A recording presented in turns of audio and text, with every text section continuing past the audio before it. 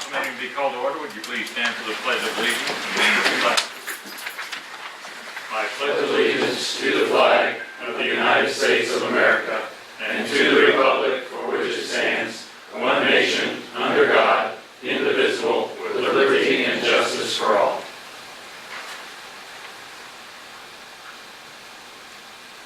Thank you.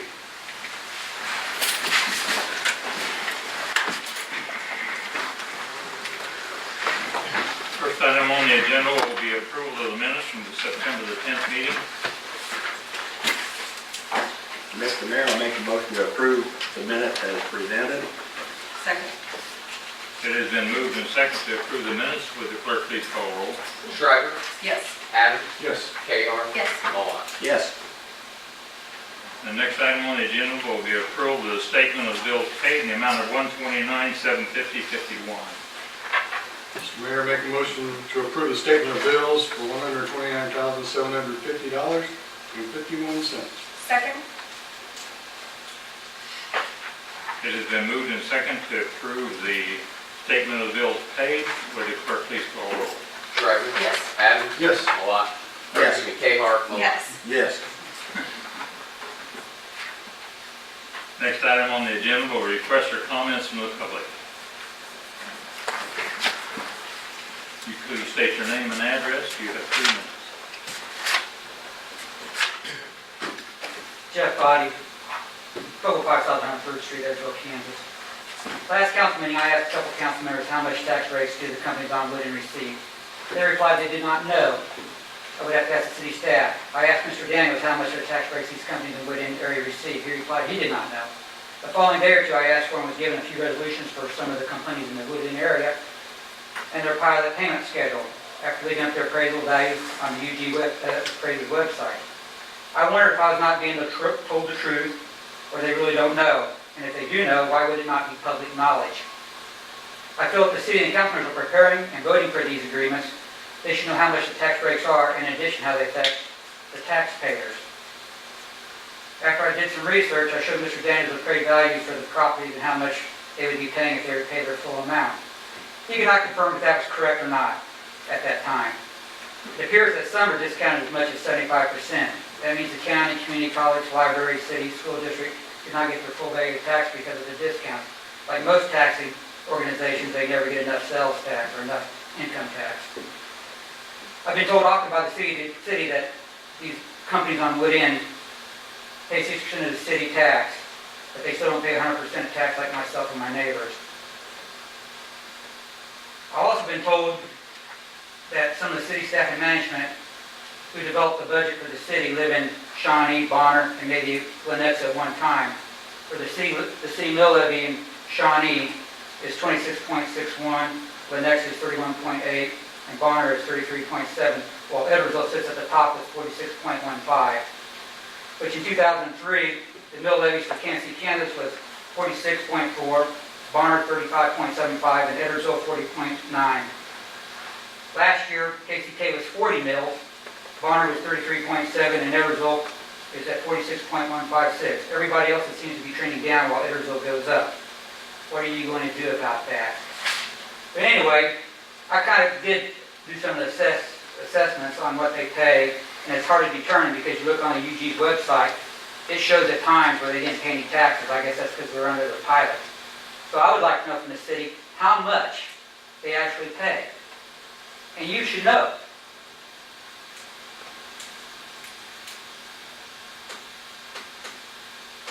I guess you're This is not a time for discussion from the council. Well, This is a time for you to make requests or comments, and any further information would have to come from the city manager. I've talked to the assistant city manager, and I'm not here today, but I've talked and they don't know actually how much they actually pay. I know how much, if you live in Edwardsville, I can find out what you pay. If you live in Edwardsville, I can find out what you pay, but you don't know what they pay. It's blank. And then if you look at your, I know I'm running short on time. Mr. Body, your time is up. Okay, well, at least you looked at me this time.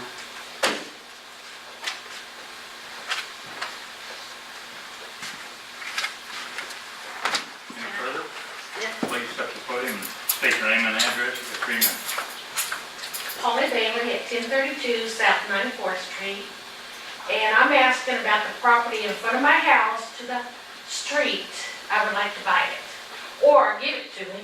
I mowed grass for 30 years there, to I don't know how many mowers, and I just would like to have it, some of it, I don't want it all.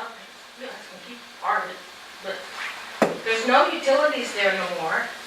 They told me it was because of utilities I couldn't have it. I have a picture of it if you need to see it. Well, And I I've hate to talked to tell you this, Zach. but that's a county function, not a city function. No, I've gone to the county, I asked about the appraisal and all. No, we don't own the property. Zach? It's within this, so it's the corner of your house again is, I'm sorry. 1032. It's right there at the corner of Schwartz and 94th Street.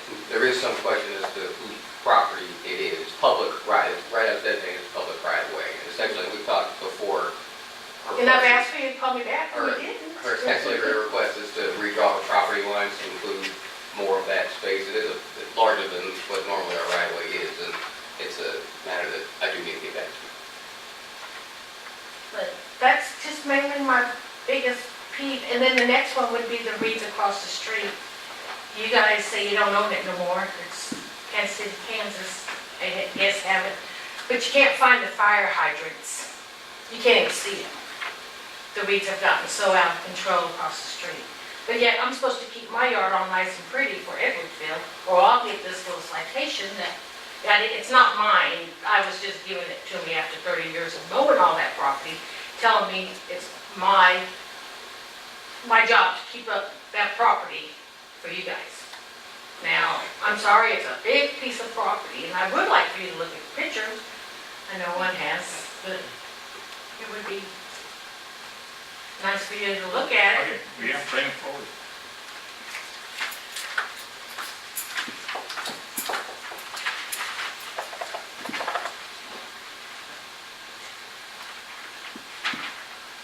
What's the property in question?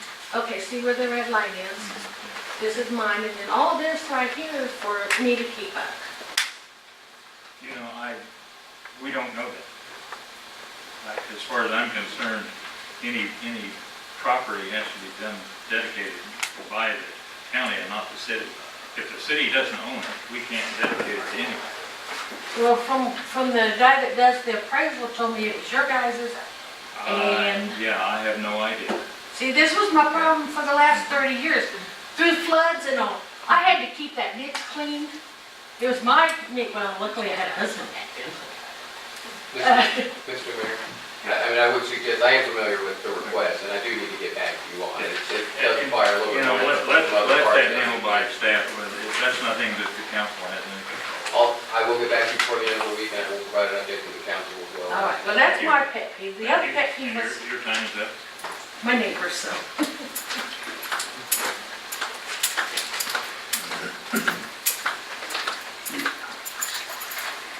If there are no others, we'll move on to the next item on the agenda. Consider recommendation of approval from the Planning Commission regarding replat, final plat for 248, 334 South 110th Street. Dave. Mr. Mayor, members of council, good evening. Dave Knoppick, city planner. This item is a replat, as mentioned earlier. It's a relatively technical item. This property was originally platted back in 1924 as part of the Greenfield subdivision. At that point in time, the two property owners that this involved a land sale between one property owner and the Anapals Resort property that's currently existing there. There's no proposed changes to the business or any changes to buildings or anything. The mere fact was that the buyer of the Anapals property desired to purchase more property than what the original lot was. The original lot was approximately 3 acres that the Anapals property was on. This would bring that property into closer compliance with our subdivision regs by exceeding the 5-acre minimum requirement that we have for agricultural property. So essentially, in the land sale agreement, the buyer of the Anapals property was willing to buy additional land to bring this property into closer compliance with our subdivision regulations, and that's what's allowing us to go through the replat process on this. So essentially, the role of the City Council tonight is to approve of the right-of-way dedications and the easements that are part of that replat process. So that's primarily the right-of-way that's associated with 110th Street. Overall, the property is just over 14 acres in size. Again, one lot will be, or the two lots combined, one was 10.5 acres, the other was 3.8, and now it's going to change slightly to an 8-acre approximation and a 5-acre approximation for the two properties there. This will allow for Anapals, if they decide that they would like to expand in the future, because now their acreage is larger, they will have some opportunity where they could expand going towards the west, because now they'll have additional acres there, but they would have to go through some of the planning processes again at that time if that were to occur. They'll have to go through the site plan review process, because it is a commercial type use out there in the agricultural zoning piece. These items were originally applied for back in June. The Planning Commission conducted a public hearing on August 15th, and in light of the information before them, they recommend approval of the replat to the City Council with the two staff conditions that are in the staff report. Those conditions are typical conditions. One, cleaning up any general typographical errors that may be on the plat, and two, meeting the submittal of filing requirements of the UG and the county surveyor. So once they get those plat documents finalized, they'll bring them in for signatures with us if you approve of that tonight, and then we will process that with the applicant to go through the UG filing process. With that, I'm glad to answer any questions you may have. Just for clarification, the yellow is both properties together on the... Correct. In yellow on the location map, Yes. in your packet, yes, the yellow, the full yellow area is the two parcels. Okay. One is kind of a flag piece. You can see a red line that's underneath the yellow. That's the configuration of the current property that's out there. The additional 2 acres that is going to be added to this through the replat would be an extension of that line straight west to the black line, which is the western boundary of the two parcels. So you still have a flag lot, and you'll have a longer, if you will, northern lot that goes all the way back to that existing property line. Again, there's no proposed changes to the business. There's no proposed development or adjustments to any of the buildings that are on site there. Did the seller sell both the house and the property? I don't know all the details, and I'm not sure if the evidence here. No, We okay. sold it there. Okay.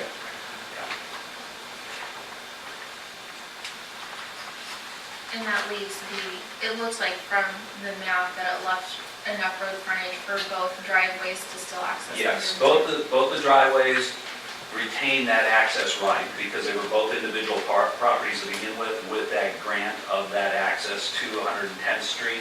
We do have a policy nowadays of not encouraging direct access onto arterials for obvious reasons, but we respect the access that's there, and we also respect the fact that if there are properties that are already configured, that are already out there in existence, if they need drives at that point, and that's their only access to public road, obviously we're going to work with them to place those in the right place. I work with Tammy in the Public Works Department to kind of review where the location should be based on the geometrics of the roadway and the topography of the area. So we don't deny access to existing properties.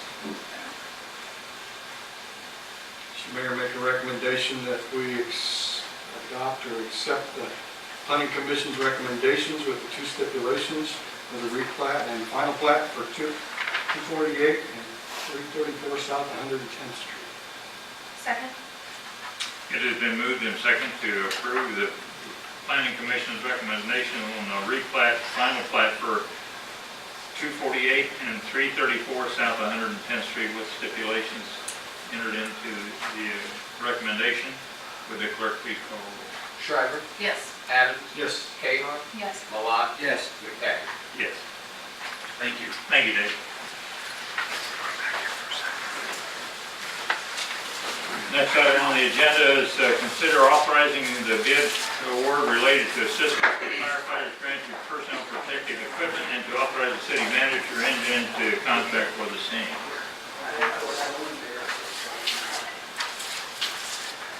Mayor, council members, we're almost on the end of just 1 of 2 grants we're administering.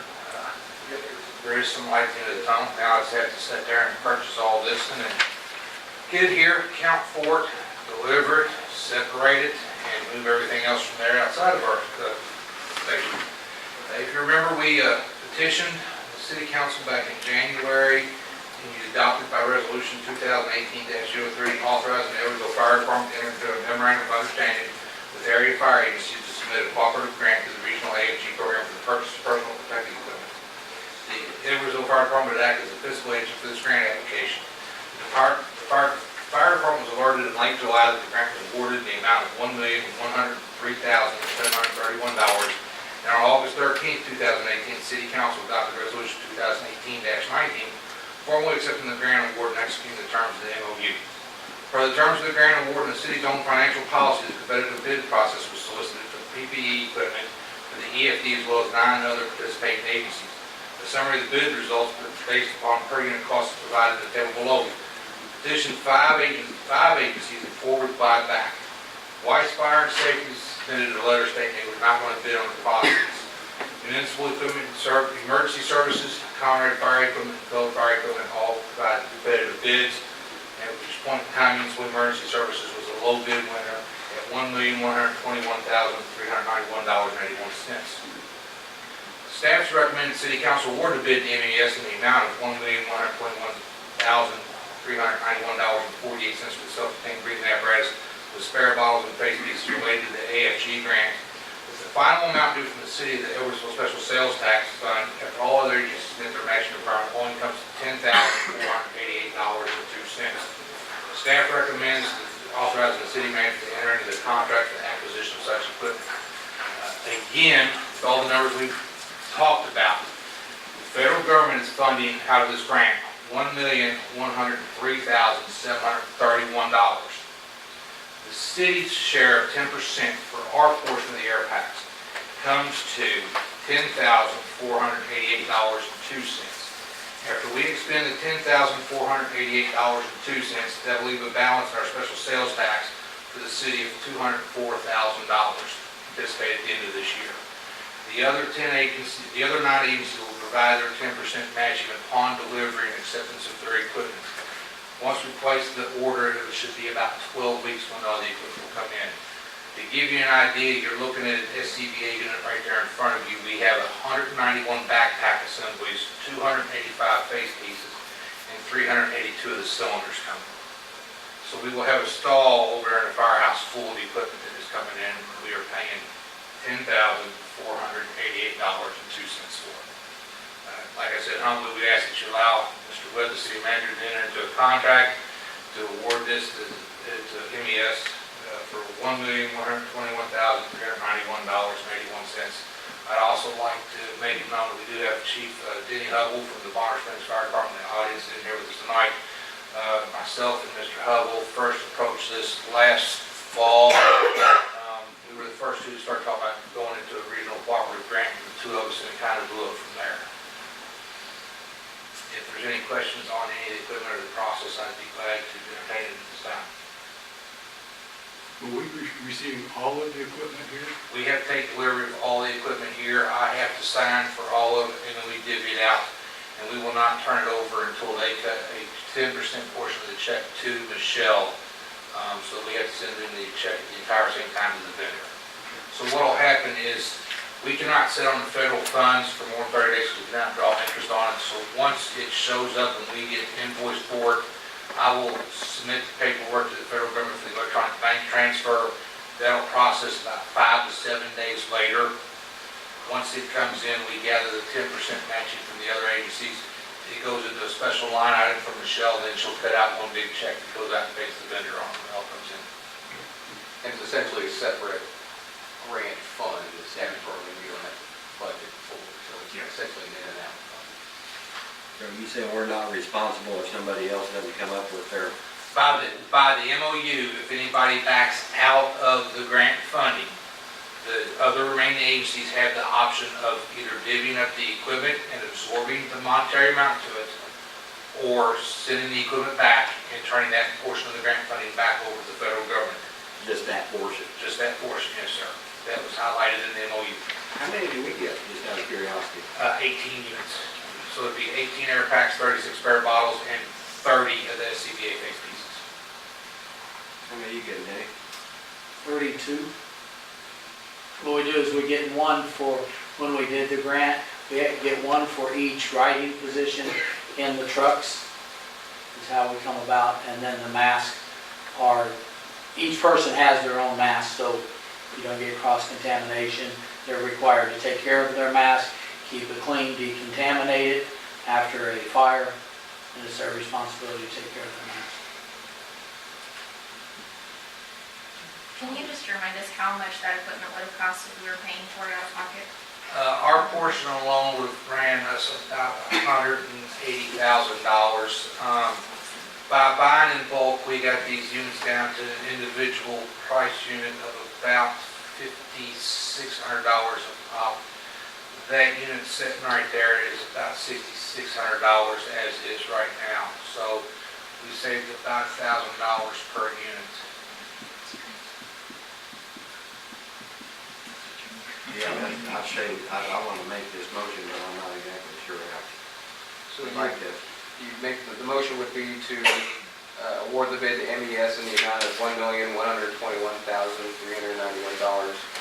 and $1,121,391.81, and to authorize the city manager to enter into a contract for the acquisition of this. what you just said, I'd like to put in the form of a motion. Second. Okay, it's been moved and seconded to, I'm going to say it a little different, authorize the city manager to enter into a contract with MES for the amount of $1,121,391.48 and to It's 81, sorry. 381. Mhm.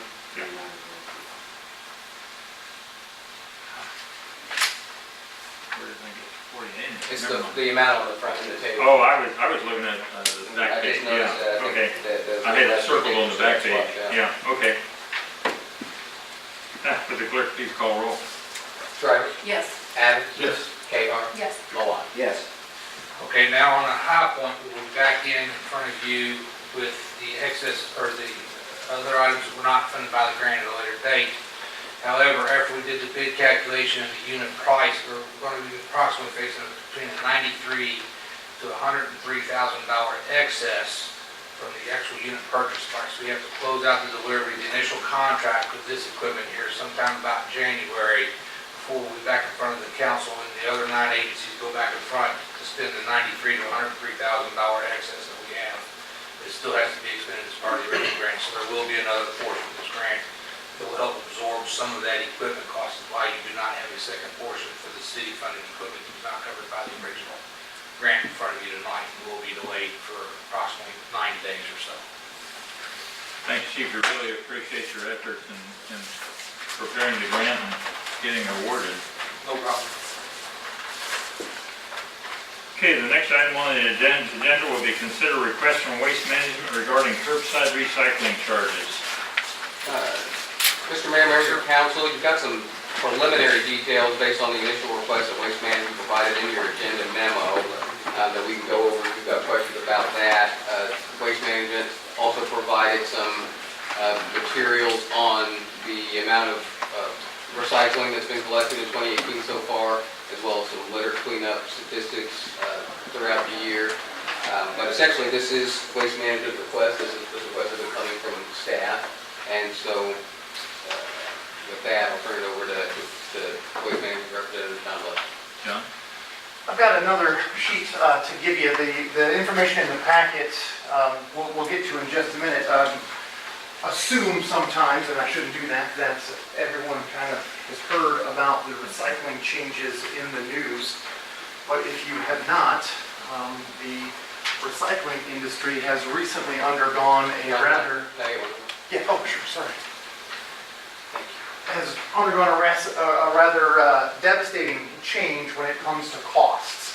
So before we get into the request to the city, I just wanted to maybe preface that with some supporting documentation. So what you're looking at here is area processing facilities. So these are in St. Louis, Chicago, Wichita, Topeka, kind of the Midwest area. And these are facilities where recycling that is collected in the city of Edwardsville and surrounding areas are processed. So what it represents is, in the black, the commodity value per ton. So for example, this is the first column there, the resource management St. Louis under the residential, which is the Resi SS.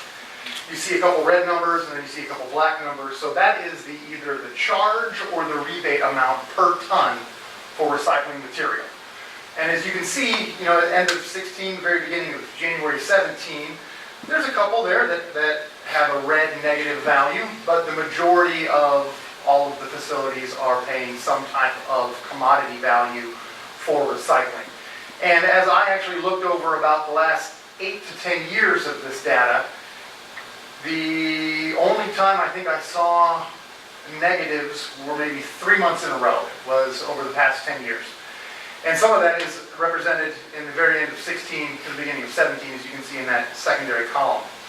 What has happened, and when the commodity prices go up and down, it's just cost of doing business, right? I mean, things go up, things go down.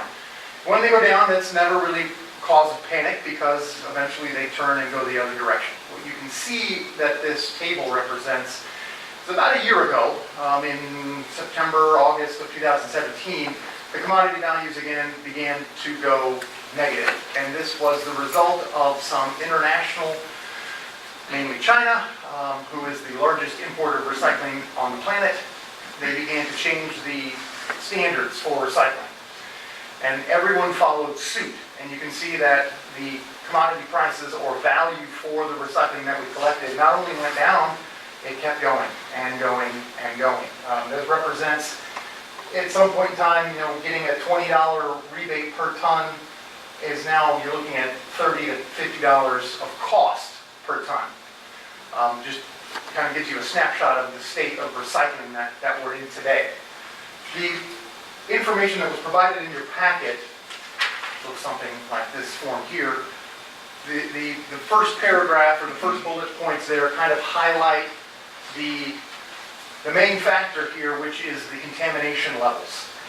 So previously, those companies or entities that would accept recycling, they dealt with a certain level of contamination being trash, a certain level of trash in the recycling. Previously, 20, 15% was able to be accepted.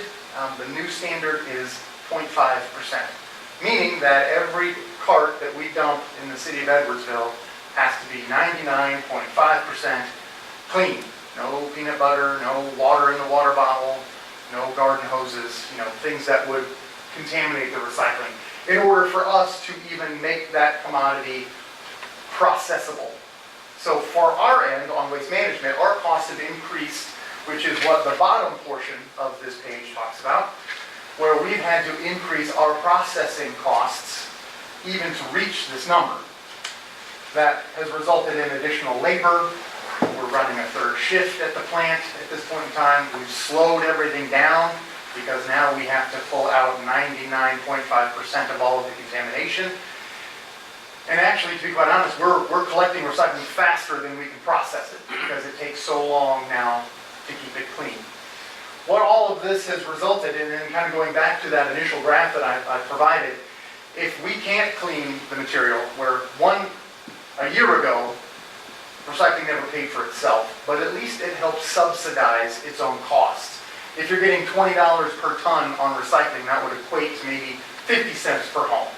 So we got back an additional 50 cents to cover the cost of providing recycling to a home in the city of Edwardsville.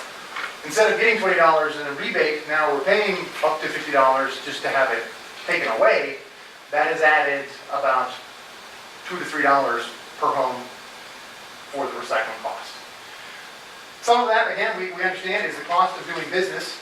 If you go to the back side of the other sheet that has some calculations on it, this was based off of some of the data that Zach had mentioned, where we looked at specifically for the city of Edwardsville, the number of tons of recycling that we've collected, spot checked some of the contamination levels, and we were able to calculate these figures here, which the bottom summarizes a representation in the form of a request for an increase in the recycling cost of $1.15.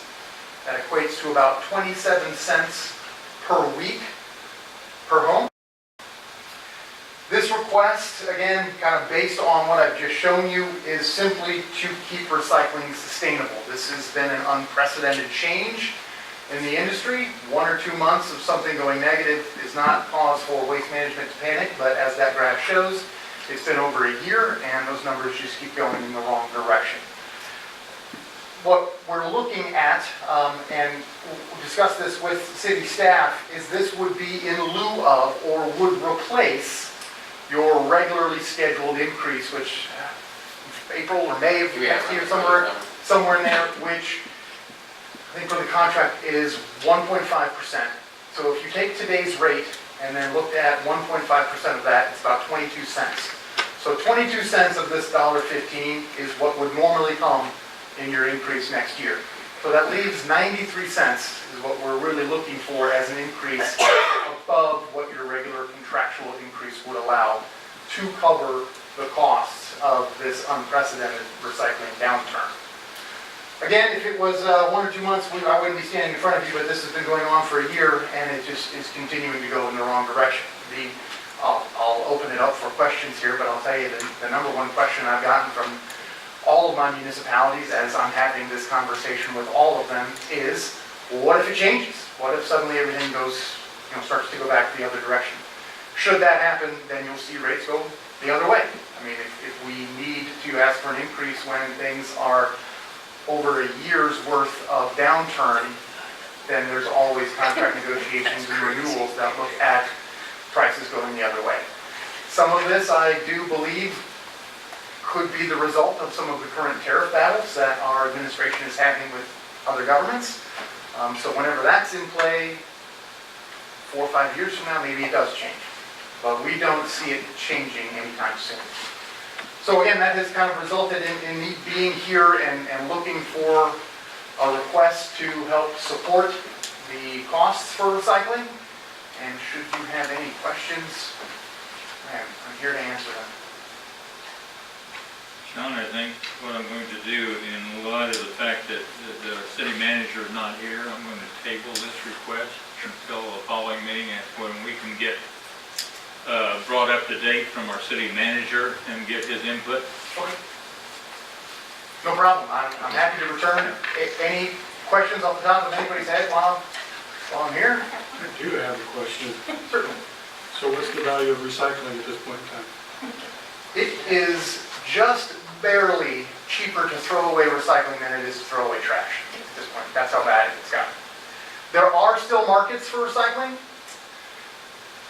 With the contamination levels that are being put in place, no one wants to accept recycling that's been collected without charging for it. Where previously there were rebates given because that commodity had value. Now everyone is charging to take the recycling because no one trusts that it is 99.5% clean. So what that means is they take the recycling, believe that it's clean, send it over to a foreign market or a domestic market. If that load gets rejected because it is more than 0.5% contaminated, then the cost goes back to the hauler of that and we have to landfill it. So in essence, we've just done a real big process to put something back in the landfill at this point in time. Does that kind of answer your question? And looking for product flow, what is the product flow? And I guess my question is, if we're losing money, why do it? True. So that's a good point. Getting rid of recycling would just take that volume and put it in your trash. And right now, trash is still more expensive than recycling. Might not be by much, but it is still more expensive than collecting and processing recycling. If 75% of the residents' bill that they receive is for trash, about 25% of that is for recycling costs. So if you take that volume, and I believe it's a 95-gallon cart that you guys have for recycling, so just imagine taking all that and doubling your trash, or 1.5, depending on how often it's filled. So again, kind of a long way to answer your question is, it would just increase your trash volume, which would then just increase your trash costs. And right now, getting recycling, although it's not helping itself, it still is cheaper than a trash service. And the regulations are coming from a foreign processor? Yeah, so China was the world's greatest importer of recyclables. Makes sense. If you look at anything, it's made in China. And they were making those products based on all of the recycling that they imported. So although they're not the only recyclable importer, they set the standard. So now that they've said, well, we're not going to take anything unless it's 0.5% contaminated or less, that standard has spread to all of the other markets, including the domestic market. The largest domestic market that we provide recycling to is the auto industry.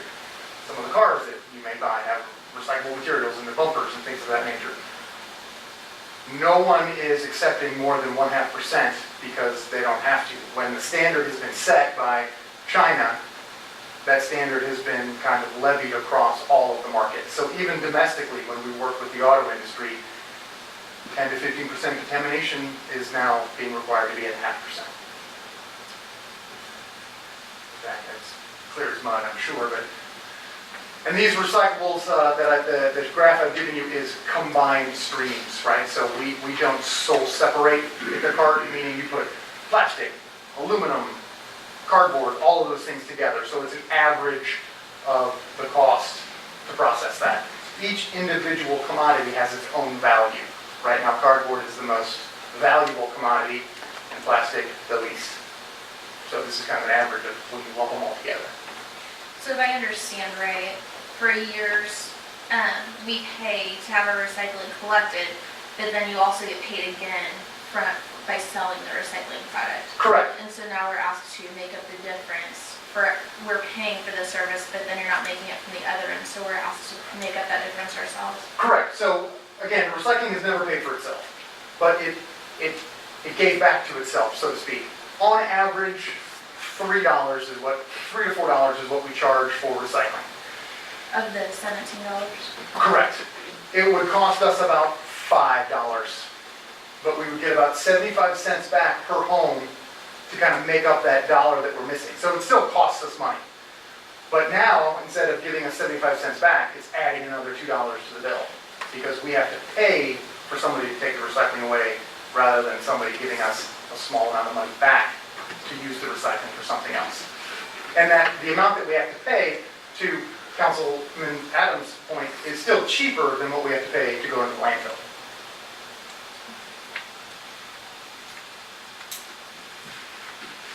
Anything else? That's kind of a crazy deal. It is.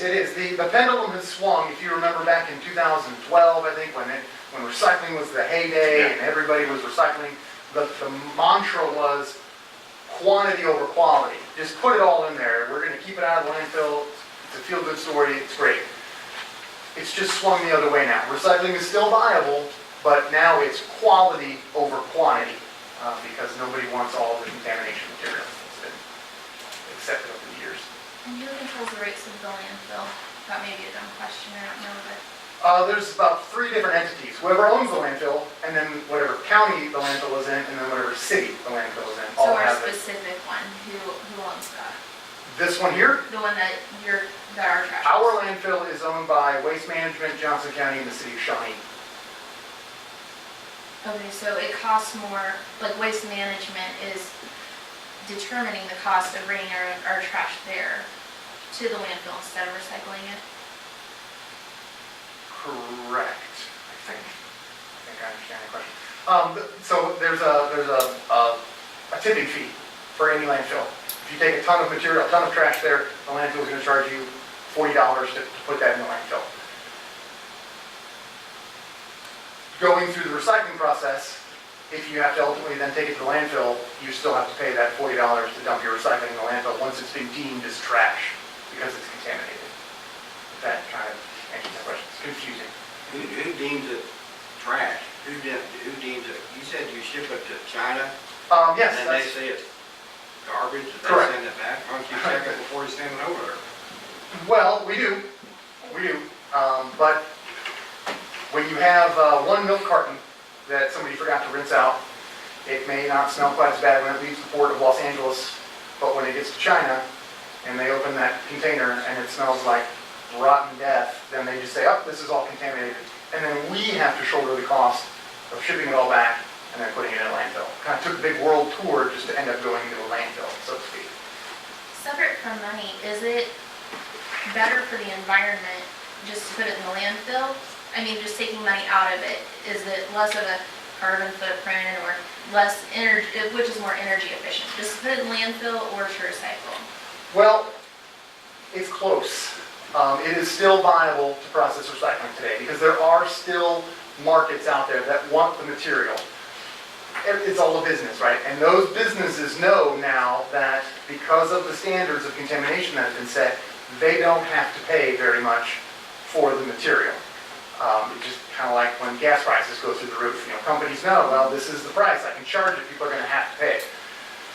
So they are just doing what everyone else would do in charging very little for recycling. But they still want it. It's a little bit of a game. If we were to say across the country, recycling's done, we're just going to throw everything in the trash, I think those companies, in essence, would be calling their bluff because they still need the material to make the products that they're making.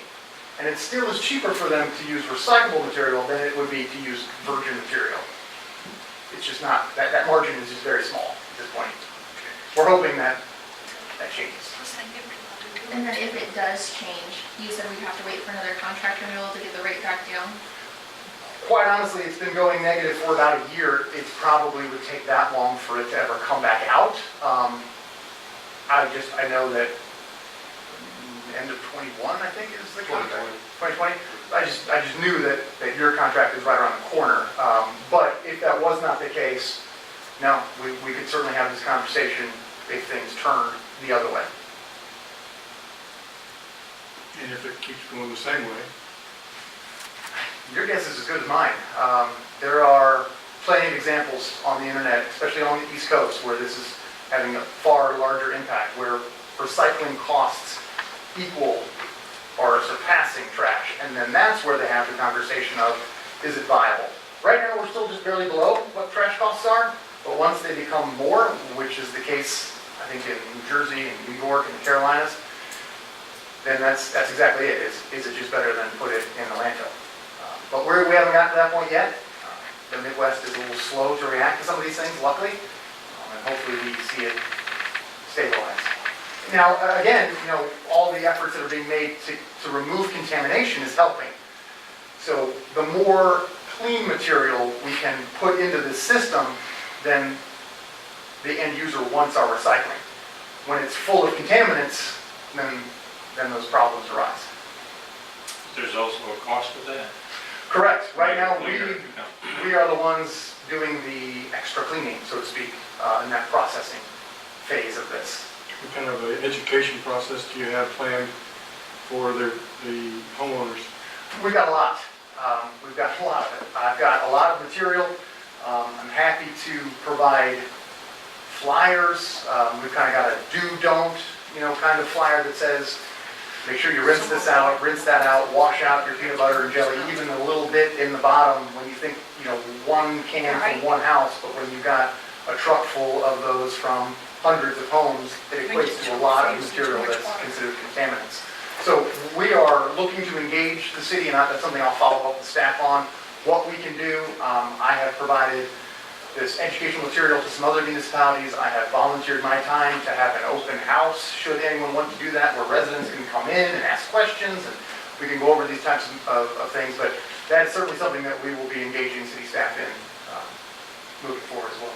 It sure seems like the homeowner may spend more cleaning the peanut butter jar than it ever is going to be worth it. Right. That certainly is an issue, especially with peanut butter. Yeah. So essentially, we're right about in the middle of the current contract that we have with Waste Management. And as Mr. Blessing mentioned, there are contractually stipulated 1.5% increases year to year. The mayor's entertained a motion to table this, with some further details. It sounds like you all may have some other questions. Yeah, I think we need to that a little bit more. to have maybe a work session or something, Sure. or even during the meeting to have him give us an update and his take on how we should proceed. It's kind of right now it's a crapshoot. You threw a lot of stuff at us. Yes. That obviously we have a lot of questions about. Sure. And being a business person, I understand, the cost of cleaning something up that adds to the cost. And then, like Carolyn was saying, the cost of cleaning up the peanut butter jar is a cost going back to the homeowner, and it may not get done. Right. I don't think everybody's gonna do that, I agree. even if you tell them they're not gonna do that. True. So anyway, Appreciate John, it. thank you very much. Absolutely. Thank you for your time. I'll follow up with you guys. I need a motion to second the table. Okay. Make a motion to table item 6 on the agenda until the next meeting. Second. I don't know if we can, as far as scheduling John for the next meeting. Well, for a later yeah, let's date. not put a limit on the next meeting. To a future meeting. Yeah, future meeting, that's a better one, yeah. Second. Yeah. Thank you. Then a motion and a second to table the waste management proposal for further information from the city manager. So, would the clerk please call roll? Schreiber, Yes. Adams, Yes. Cahar, Yes. Malat. Yes. Becker, you're gonna give us that report.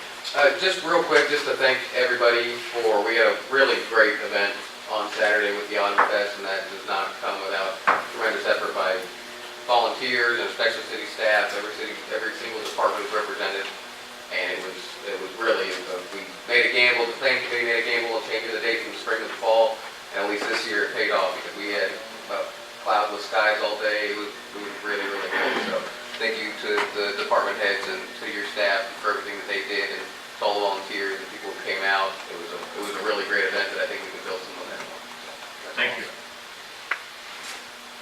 Chief Nadees is not here. Chief Whittam, you got anything to report? Or unless Lieutenant, you got anything to comment on? No, sir, no problem. Okay, thank you. Thank you again for letting us spend the federal government's money. I want to reiterate again, we're spending a lot of their money. Second off, I do not bring peanut butter out of my jars of house, I'm allergic to peanuts, so, unfortunately, I don't do that. We did hire Dave Melling, who was a part-time firefighter paramedic force. We'll start actually next Sunday for Liam Price, who's gone on to Ford County down to Dodge City, Kansas, and has left our employment. Did his exit interview last week with Mr. Webb. We lose Liam has already left. We lose Zach Lauder this week, who's now going to be a Kansas City, Kansas firefighter paramedic. So that position is back open and out on the street being advertised. We also have a contingency plan if that position does not get filled. We are paying for a firefighter EMT next door who's in paramedic school right now on our dime, who will fill that position after first year we tests.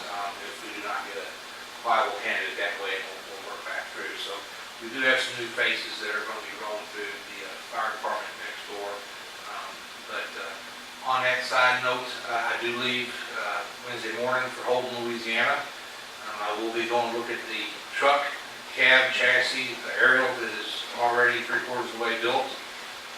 Doing the last pre-con conference on it. From there, it should be about 90 days, and the Quint will be showing up somewhere right around the time the air packs that are showing up, which is right around the time that Santa Claus may or may not be here. So the standing order is for all of these people is, as much as I would love to sit there and say that we have Santa Claus bringing the stuff in here, do not shortchange quality over a time frame and deadline. So we are tight for space. It's only going to get worse right around Christmas time with it, but going to be a lot of things going on at one time in December. Also with that, we're going to have a lot of training going on. New Air Packs is not a very big training spectrum because we're using that platform already, that same manufacturer, same regulator style and everything else through Scott's already. However, all of our guys will be doing a whole new aerial operators course. It's a week-long course from KU.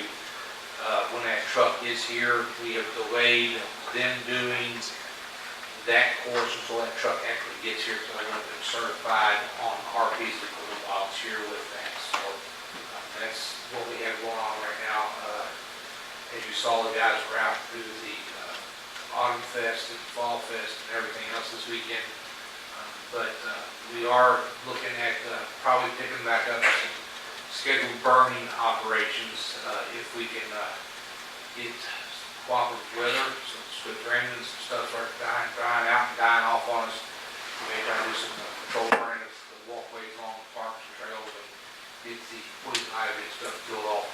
burned off. Thanks, Chief. Tammy, you have a report? Okay. Lisa, do you have anything? Margaret, we'll start with you. Zach, I want to thank you. Fall Festival, I do know that several people in the department heads and probably most of the staff, if not all the staff, were in attendance, but I think your leadership showed through. What a wonderful event.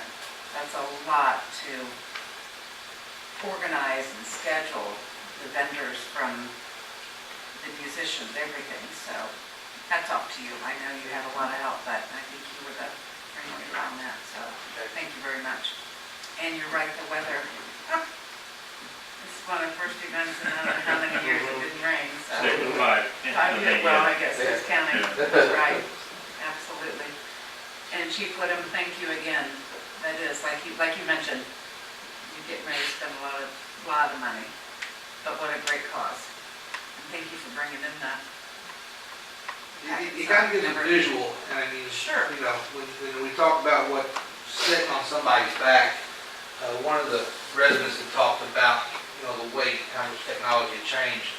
That is now 24 pounds. When I come in the fire service, it used to be 42 pounds. It was a hunk of steel and it's on your back, and that's now carbon fiber rack and the newest technology that's out there. You know, we're And seeing real quite a quick, bit of money. about $6,000, you got a discount at the bulk of 5,000 something, but what did we actually pay for these with all of the grants and A little over 10,000. per unit, I meant? Oh, $5,600 per unit. But we paid, when you break it all down, we paid 1,200, would you say? Well, you take 10,000. I know, I thought you said that number earlier. Quite a big discount. Quite a big discount, yes. Let me see, when you break down the number of units that we bought,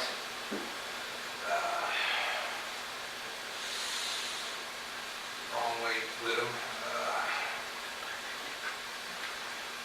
We actually paid $550 per unit, is what we're paying out of our matching 10%. So, you know, very small percentage of it. Thank you very much. Gary? I'm gonna just reiterate, or just what she said, I'm just gonna say that. But also, I appreciate the fact that our fire chief and the Bonner's fire chief are really good working partners. And, you know, I talked to Chief Whittam quite a bit Saturday about that. We've got a good neighbor up there. And I think we've got a good neighbor, and I think likewise they've got a good neighbor. Those guys work really well together, and I really appreciate that. Can I get the house number of the property thing on 94th Street? 1032, 794.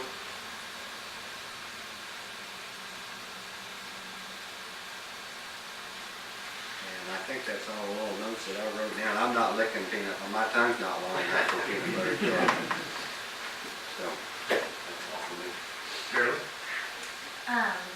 I was actually down at Autumn Fest a few times this year, and I was really impressed, mostly with just all of the different city staff and leaders coming together for that and just chipping in and staying late and working hard. I feel like it was a great community event. I was wondering, it seems like there might be a little confusion on our commercial property tax rate. And one thing that I think was really helpful on our residential is show like the dollar infographic. And if there's a way that maybe we can get it on the website or on our Facebook or just some publication that shows the breakdown for that commercial property tax, I think that might be, information is usually really helpful for that, and the visual might be good. So. There was a safety report that was given out at the last TTPC meeting, and I think I mentioned about a year ago that traffic accidents were actually on the rise. Fatalities nationwide and here in the area were on the rise, and that has tapered off. We're actually headed in a better direction. However, there are a couple of counties, Johnson County, Kansas, and Lafayette County, Missouri, have pretty elevated fatality rates, but overall, they're trending better. On the backside, in fact, you can get the benefits of one of my notes there. is on the unlicensed driver fatalities. There's been a lot of question about that over the last few meetings, is subdividing that, and it contains a couple of categories. One is, and I hadn't even thought about this, but older people that lose their license but continue to drive would be one of those that would be under that. It would be underage drivers. It would be felons that have lost their license and they still drive, and the other one will be illegal aliens driving. And so that, they're continuing to refine the strata on that so that they can really identify more specifically and address each one individually. So thought it's pretty interesting that we're in a good trend, a better trend than we were before. I just wanted to provide that for you. Chief, once again, I want to thank you for taking the lead on that. I think that your expertise in that, and it really makes the city look good. I appreciate putting us on the headlines and in a very, very good way. I appreciate that. And glad the weather finally worked out. Let's see if we can't go for 2 years in a row. So, but thank you for your work. Appreciate it. Zach, thank you again, once again. And I know I saw a lot of the other staff people. Tammy, saw you there. Chief, I saw you there even in your booth. I knew you couldn't be there very long, but anyway, appreciate you being there. Appreciate your work on this grant. Too bad my mouse didn't win. Okay, with that, we are adjourned. Yeah.